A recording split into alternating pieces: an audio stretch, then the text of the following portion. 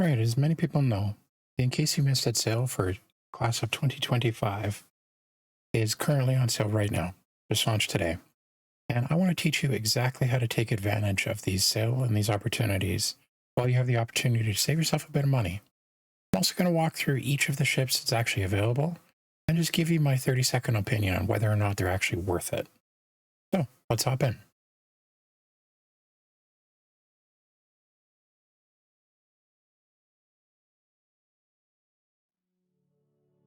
Okay, so first I want to explain a little bit on how the ship upgrades actually work. So, for example, the first ship on our list, let's say that we wanted to upgrade to the Anvil Asgard. Now, unfortunately with the, in case you missed it, you do not have the opportunity to purchase the ship outright. That means that you actually need to upgrade another ship that you have in your hangar today. Now that can be any ship, including a ship that you actually buy. So let's assume that we start with, I don't know, the Mustang Alpha.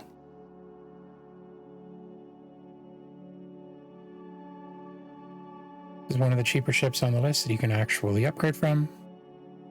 So the ship itself would cost you $30 if you bought it today. If you upgrade to the Asgard, assuming that you're using War Bond, so in total, to get to the Anvil Asgard, it's going to cost you the $295 for the upgrade, plus the $30 to buy the Mustang Alpha, for a total of $325. Now that's not bad. It's a $350 ship. You save yourself $25. It's just under 10%, give or take, just doing the math in my head. But there's actually a way that you can get to this exact same ship, from this exact same ship, and save yourself substantially more money. And that's by leveraging kind of a stepping pattern, if you will, to go from the Mustang Alpha to another one of the ships that's available. So in my case, I'm going to utilize the Shiv. Now the way this works is we go from the Mustang Alpha to the Shiv. That cost us $135 total. Then we upgrade the Shiv to another ship, then that ship to another ship, then that ship to another ship. And it allows you to build what's called a CCU chain. So in that exact same example, you can actually get to the Anvil Asgard by only spending $250. That means for that same value of ship from the exact same ship, and this includes actually buying the Mustang Alpha as well, for $30 US, you're saving almost $100. This is utilizing no previous upgrades that I have. This is just utilizing the in case you missed it ship sales. So this is why it's very important to pay attention to the War Bond deals. Now this is only if you use new money. Of course, you can't use store credit to do this. Otherwise you could just continuously save yourself money and never actually spend anything. But this is a very nice way to save if you are considering purchasing a ship like the Anvil Asgard. So in this case, I buy the Mustang Alpha outright. I upgrade the Mustang Alpha to the Shiv. I upgrade the Shiv to the Fortune to the Meteor, Meteor to the Prowler utility to the Asgard. Now, keep in mind, once you apply the upgrade, that's something that you have to do after you purchase this. You go into your hangar and you apply the upgrades in this order. You cannot go back, but you can stop or pause at any given point, and you can actually hold on to these as well. So what a lot of people, myself included, do is they'll buy these upgrades and kind of park them in their hangar, and then they chain it with other upgrades that come along with other sale events if you wanted to upgrade to something other than the Asgard. This allows you to save substantial money, especially as you get to the larger ships. Like, for instance, in theory, you can get a Polaris for half price. Now it takes time, it takes patience, but this is what the CCU upgrade chain is all about. And if you have the patience, it's definitely worthwhile doing. Okay, so let's jump into each of the ships that's in the heavy miss, or in case you missed it sale. So I'm not going to go in any particular order other than the order that they list them here. Now again, this is my personal opinion. I have flown every single one of these ships, some a lot more than others. I even own a couple of these. So this is really whether or not it's worth buying it outright. Now, most of these ships, I believe, are actually available in-game today, if not all of them, actually. So just a reminder, you don't need to spend real money on any of these ships. Now, even in-game, I mean, the economy is kind of flooded right now, so you may have tens of billions of dollars, but some of these ships are more worthwhile having in your hangar than others. But for instance, the Anvil Asgard. This is about as close to a daily driver as I have. I absolutely love the Anvil Asgard. The Anvil Asgard is one of those ships that has enough cargo that you can carry just about anything you want to do, unless it's super large cargo contracts. You can carry very large, in fact, some of the largest ground vehicles in it, but it's still a nice small ship that you can fly into very tight zones. It's got enough protection, if you will, get you out of a firefight. At the same time, it has enough weapons if you want to stick around. This isn't a fighter, but it's one of those ships that's nice to defend itself if you find yourself kind of caught off guard a little bit. Now, this is a ship that I actually personally own, so I have to say that this is worth buying with real money if you like the ship. It's also definitely worth buying in-game. This is one of those ships, like I say, it is one of my favorite ships in the verse right now, so I highly recommend the Anvil Asgard. And moving on to the Anvil F7C-M, the Super Hornet Mark II. This is a pretty popular ship that was released early last year. It's not really for me. Personally, I like the heavy fighters. I'm not a lighter and medium fighter. This is a medium fighter. They're just really not my thing. I don't know. I am not a good enough combat pilot that this actually makes sense. So to me, this is a ship that I would pass on, both for real money as well for Alpha UEC. Now, if you like that medium fighter, I do suggest that you look at buying this with Alpha UEC. It's a good ship, just it's not for me. The Anvil Paladin. Now, this is a gunship. This is a beast of a ship. It's meant to be crewed with a small number of people, but it's still very capable to be crewed by yourself. This is one of those ships that I would not buy personally with real money, but I do recommend that you look at with Alpha UEC if you're into that type of gameplay.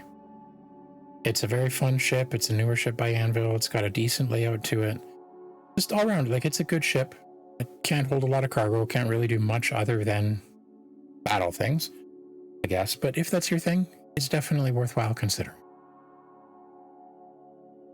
The Drake Golem. Now, this is a new mining ship that they introduced by Drake last year. We've seen a couple of kind of expansions on it. I believe the Golem OM is in there as well, where you can actually haul cargo with it. Now, this isn't my favorite mining ship. I come from the Prospector, but there are a couple of things with this ship that I absolutely do love. Its size. You really can't beat how small of a mining ship this actually is, especially if you want to go and throw it into a Carrack or something along those lines and use it as a carrier ship. So it definitely gets a big check for me for that one. Now, you can't actually swap with the mining laser. That's kind of a bit of a disadvantage. And it's not really as customizable as the Prospector is.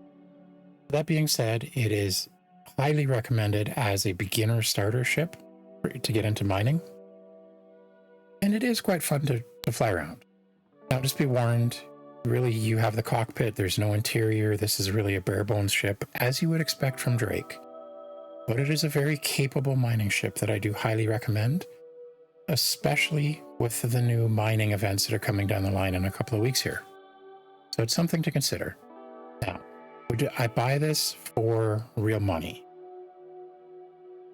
I think I would consider buying this for real money, just because when the game wipes, it's nice to have a good, reliable source of income to be able to earn some money back in the verse. So this is a nice, cheap way to get a reliable source of income whenever the game wipes. Now, again, I have my Prospector. It's one of the first ships I bought. I will be holding on to that for a while. So I don't personally own this, but this is definitely a ship that I would recommend buying in-game if you're not going to buy for real money, especially if you want to get into the mining. And even for more capable mining, like as you kind of progress up in the mining career, its size just can't be beat. It's very nice in that regard. Now, the Esperia Prowler utility. This is one of those ships that I honestly really want to love.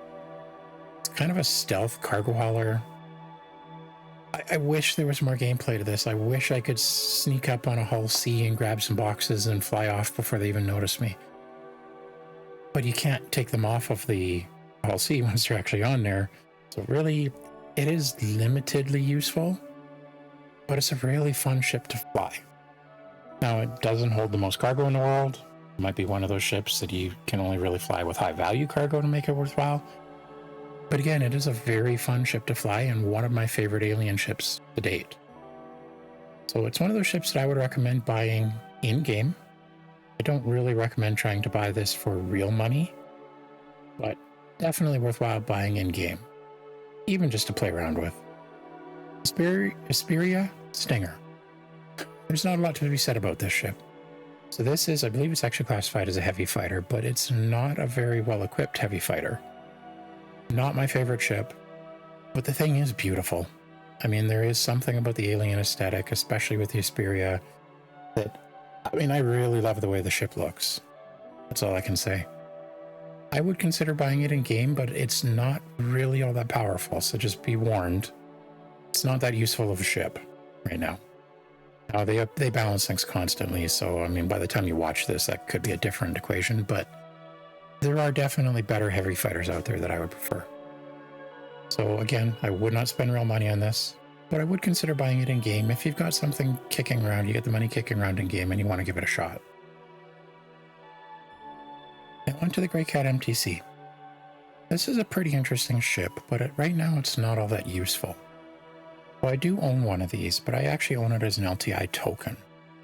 Now, what that means, and something I didn't cover off with the upgrades, is from time to time, whenever new ships are released, they're released with limited time or lifetime insurance on them. So these are ships that I typically will start my CCU chains with, because the insurance applies through every upgrade. So in my case, I think I own a couple of these actually. And if you upgrade from the MTC, then you carry over the lifetime insurance to whatever ship you're actually upgrading for. That's really the primary reason that I purchased this. Now, it is a very fun ship to drive around. I shouldn't say ship, it's a vehicle. It's a really fun vehicle to drive around, especially if you're trying to do some of the package delivery missions. And you're at an outpost and you're just driving around between the different areas of the outpost. It's really fun for that. Other than that, it's not overly useful yet. Now, that's not really the purpose of the ship by any means. It's meant to be a rugged off-road armory, as they say. Got a couple of suit lockers, gun lockers in there. That part of it is really nice, but remember, the suit lockers don't actually work. And the gun lockers, I mean, most people just throw them in one SCU container anyway. So you're not really helping yourself in that regard yet. But it's one of those vehicles that I do think is going to come along and be, I don't know, I think it'll be a lot more important in the future. But it's really your call. Now, I don't believe there is even there's no discount on this one.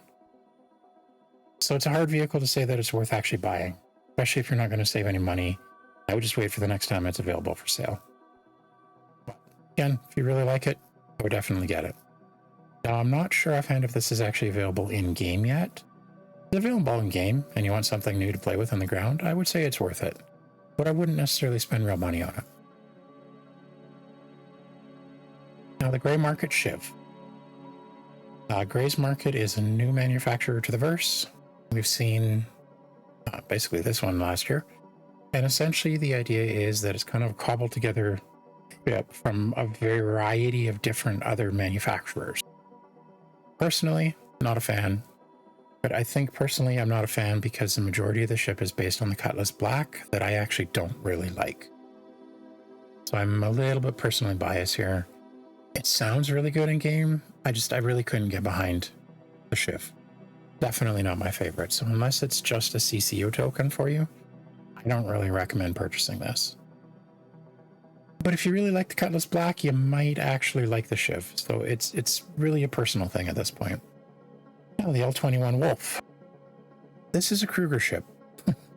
That's about all I can say for it. Now, it is a fighter ship. Again, I'm not really one for the light and medium fighters. I don't personally own this, either in-game or through real money.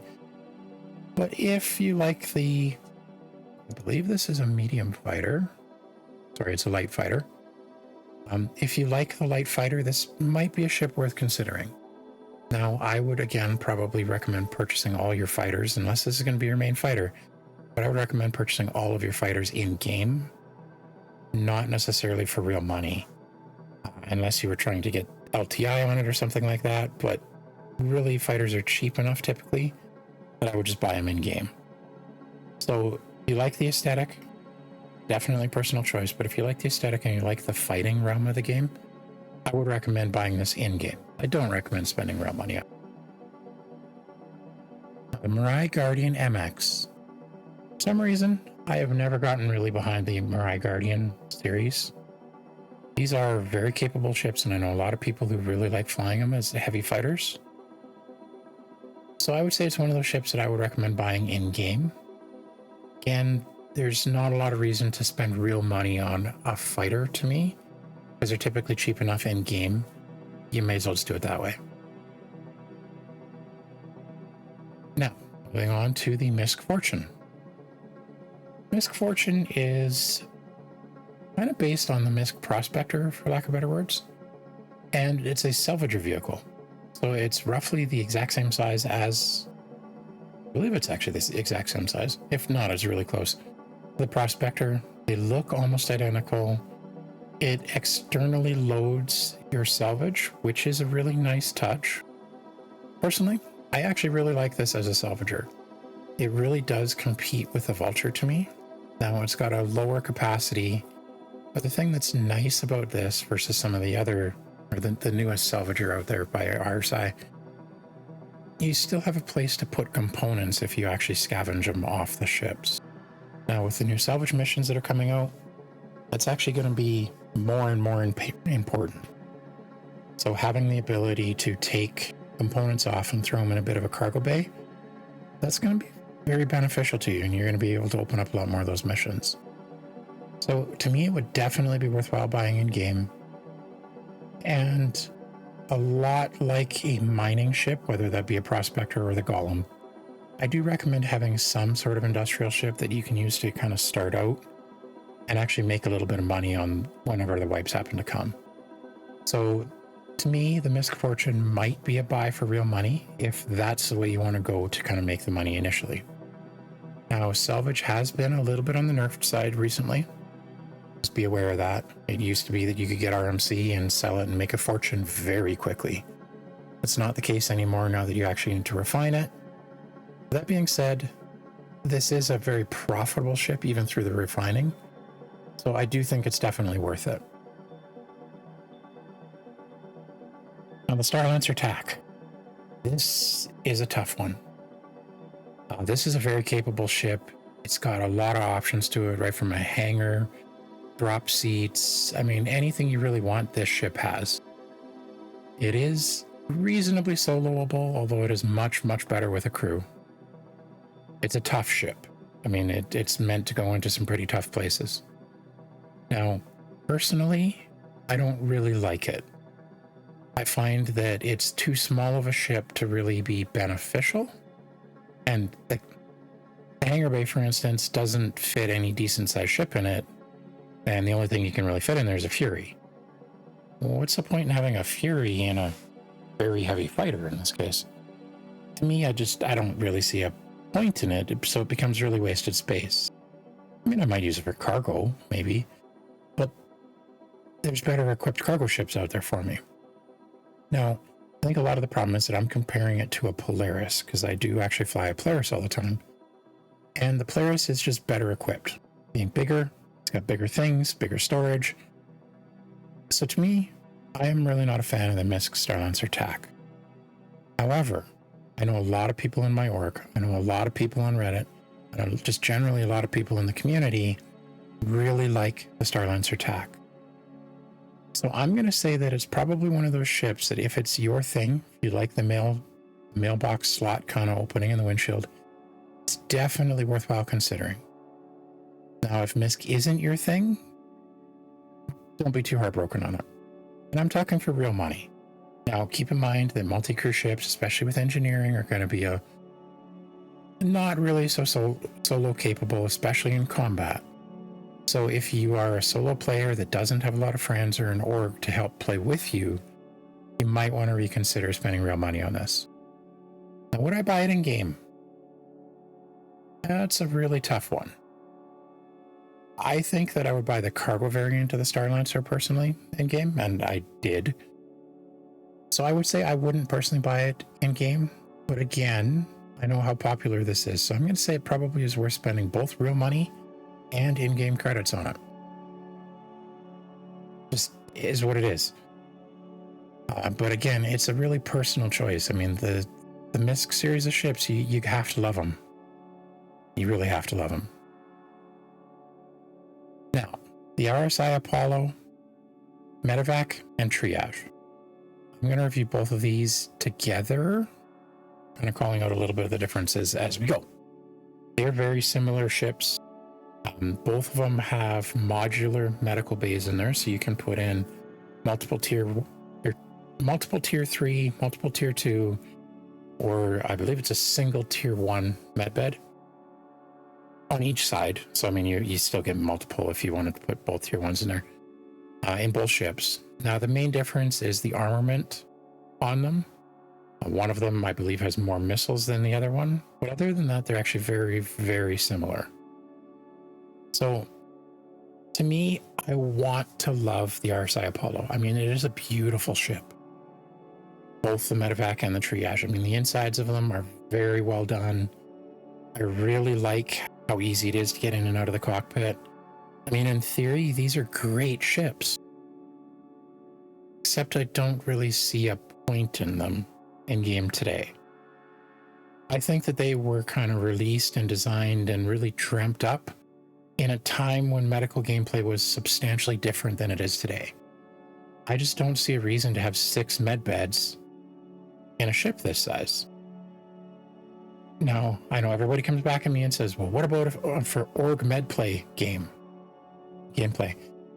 Okay, if you are part of a large organization that is going and doing FPS combat that doesn't happen to have an Idris or a Polaris with the multiple medbeds there, okay, it might make sense. There is a place for them, definitely. And I will probably buy one in-game, just because, like I say, I like the way the inside of the ship is. Now, I don't really see much of a point in flying to bunkers and stuff like that as a solo player. So really, you need to make sure that you have the org there to actually justify the gameplay. If you were doing rescue beacons, maybe it makes sense. Maybe. I mean, it could. I just don't really think the gameplay is there yet. Or it was there and it's gone. I can't really tell. Now, would I spend real money on these? Honestly, no. I really like the Apollos. I really wanted to justify spending real money on it. Personally, it's just not worth it. And most of the ships I'd say I would buy in game over spending real money on. Because remember, the only real reason to spend real money on it, other than supporting the cause, of course, is when they wipe, you have something to jump into. Now, there's substantially cheaper medical ships that I would buy if I was really worried about needing medical ships. In the odd time that they happen to wipe. They don't wipe very often anymore. So these, spending real money on these, unless it's an upgrade token, I don't think either of them are really worth it. Oh, the RSI Meteor. This is another, I believe it's medium. Yeah, medium fighter. The inside of the ship is gorgeous, but it's not a very well capable ship. I don't know, maybe it does well for medium and I'm just used to using a heavy fighter. But it's one of those ships that, again, I want to love it, but I can't even justify buying it in game right now. I don't know a lot of people who actually ever fly one. I don't think I've ever seen one flying around the verse. It's one of those ships I think if they balanced it a little bit better, it would be a lot more popular. But I can't really justify spending real money on fighter. Now, the F8C is the only one I've ever spent real money on, and there was reasons for that because you couldn't buy it in game, and I really like the way that ship is. But the RSI Meteor, I don't see a reason to spend real money on this. I believe you can buy it in game. Now, if you can buy it in game, I'd say it's definitely worth giving it a try, just to see how you like it. Because again, they might balance it back into being relevant. It's really hard to say.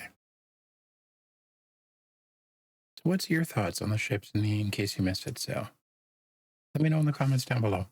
And don't forget to like and subscribe, especially if you want to see similar content and all the things that I cover off in the verse. With that said, this has been another video by Citizen Chaos, and I can't wait to see you in the verse.